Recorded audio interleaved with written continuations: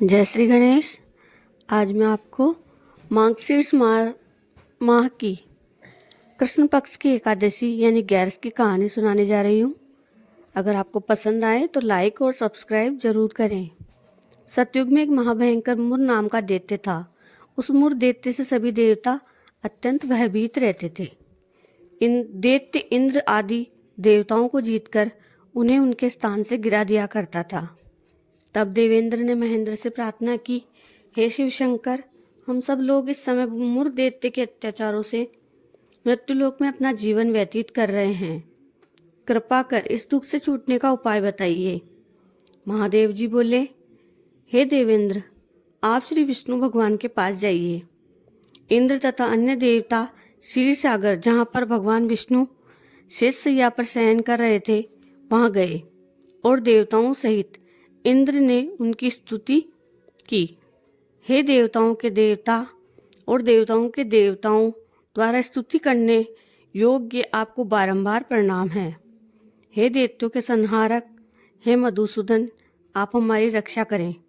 हे जगन्नाथ, समस्त देव दैत्यों से भयभीत होकर आपकी शरण में आए हैं। आप ही संसार के कारक और कर्ता हैं, सबके माता पिता हैं, जगत की उत्पत्ति, पालन और संहार करता तथा देवताओं की सहायता करने वाले और शांति प्रदान करने वाले हैं। आकाश पाताल आप ही हैं। तीनों लोकों को उत्पन्न करने वाले ब्रह्मा, सूर्य, चंद्र, अग्नि, हव्य, स्मरण, मंत्र, यजमान, यज्ञ, कर्म, कर्ता, भोक्ता आदि आप ही हैं। हे देव, शरण में आए हुए कि आप रक्षा करने वाले हैं। इस समय दैत्यों ने हमें स्वर्ग से निकाल दिया है, अब आप हमारी रक्षा कीजिए।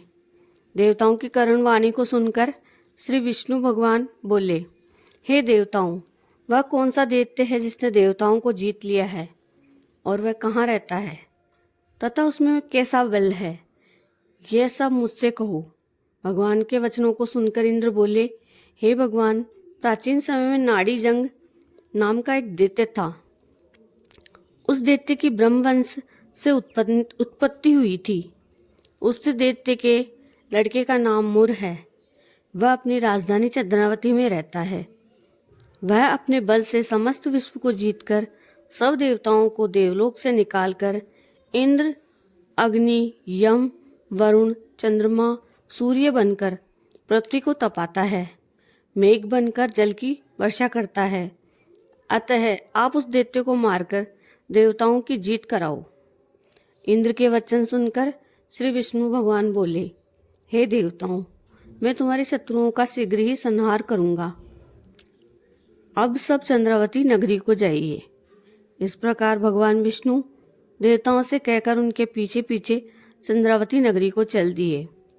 उस समय मुर अनेक दैत्यों के साथ युद्ध भूमि में गरज रहा था। युद्ध होने पर असंख्य दानव अनेक शस्त्रों को धारण कर देवताओं से युद्ध करने लगे, परंतु देवता दानवों के आगे एक क्षण भी न ठहर सके। तब भगवान विष्णु भी युद्ध भूमि में आ गए। दानवों ने भगवान विष्णु को देखा तो वे उन पर शस्त्रों का प्रहार करने लगे। भगवान विष्णु भी चक्र और गदा से उनके शस्त्रों को नष्ट करने लगे।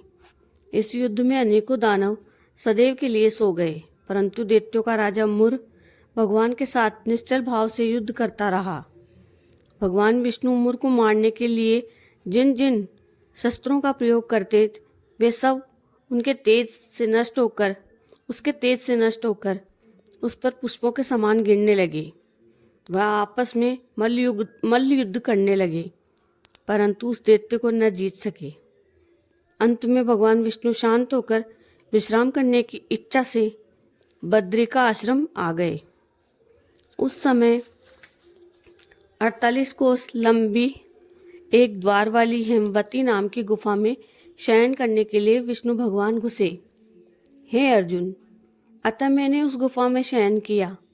वह दैत्य भी वहां आया, मुझको शयन करता देख मारने को तैयार हो गया। उसी समय मेरी देह से एक अत्यंत सुंदर कन्या दिव्य अस्त्र धारण करके उत्पन्न हुई और दैत्य के सामने आकर युद्ध करने लगी। वह दैत्य इस कन्या से लगातार युद्ध करता रहा। कुछ समय बीतने पर इस कन्या ने क्रोध में आकर उस दैत्य के अस्त्र शस्त्रों के टुकड़े टुकड़े कर दिए और उसका रथ तोड़ दिया। तब वह दैत्य महान क्रोध करके उससे मल्ल युद्ध करने लगा।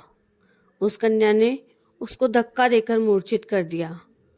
जब वह दैत्य मूर्छा से जागा तो उस कन्या ने उसका सिर काटकर यमपुर पहुंचा दिया।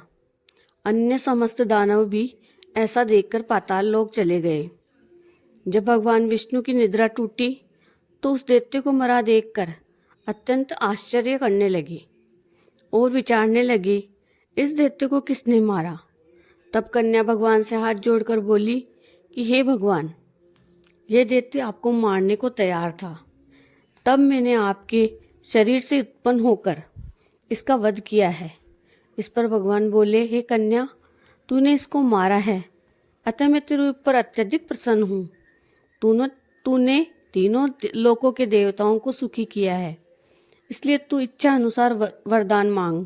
कन्या बोली, है भगवान, मुझे ये वरदान दीजिए कि जो मेरा व्रत करे उसके समस्त पाप नष्ट हों, अंत में वह स्वर्ग को जाए, मेरे व्रत का आधा फल रात्रि को मिले और उससे आधा फल एक समय भोजन करने वाले को मिले।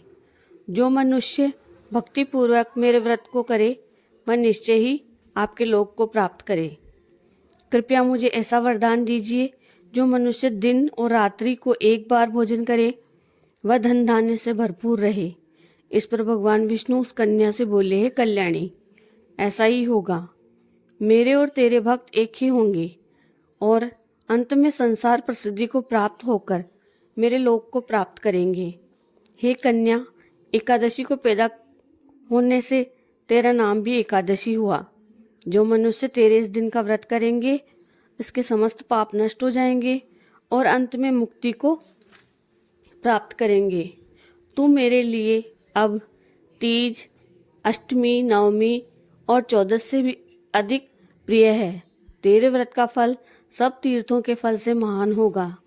यह मेरा कथन सत्य है। ऐसा कहकर भगवान उसी स्थान पर अंतर्ध्यान हो गए। एकादशी भी भगवान के उत्तम वचनों को सुनकर अत्यंत प्रसन्न हुई।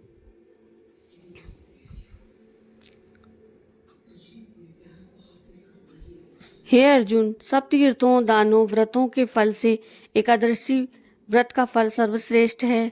मैं एकादशी व्रत करने वाले मनुष्यों के शत्रुओं को, विघ्नों को नष्ट कर देता हूँ और मोक्ष दिलाता हूँ। हे अर्जुन, मैंने तुमसे एकादशी की उत्पत्ति के बारे में बतलाया है। एकादशी पापों को नष्ट करने वाली और सिद्धि को देने वाली है। उत्तम मनुष्यों को दोनों पक्षों की एकादशियों को समान मानना चाहिए। उनमें भेदभाव करना उचित नहीं है। जो पुरुष विष्णु भक्त हैं उनको धन्य है। जो मनुष्य एकादशी महात्म्य का श्रवण पठन करते हैं उसको अश्वमेध यज्ञ का फल प्राप्त होता है। जो मनुष्य भक्ति पूर्वक कथा सुनते हैं वे विष्णु लोक को जाते हैं और करोड़ों वर्षों तक उनकी उस जगह पूजा होती है।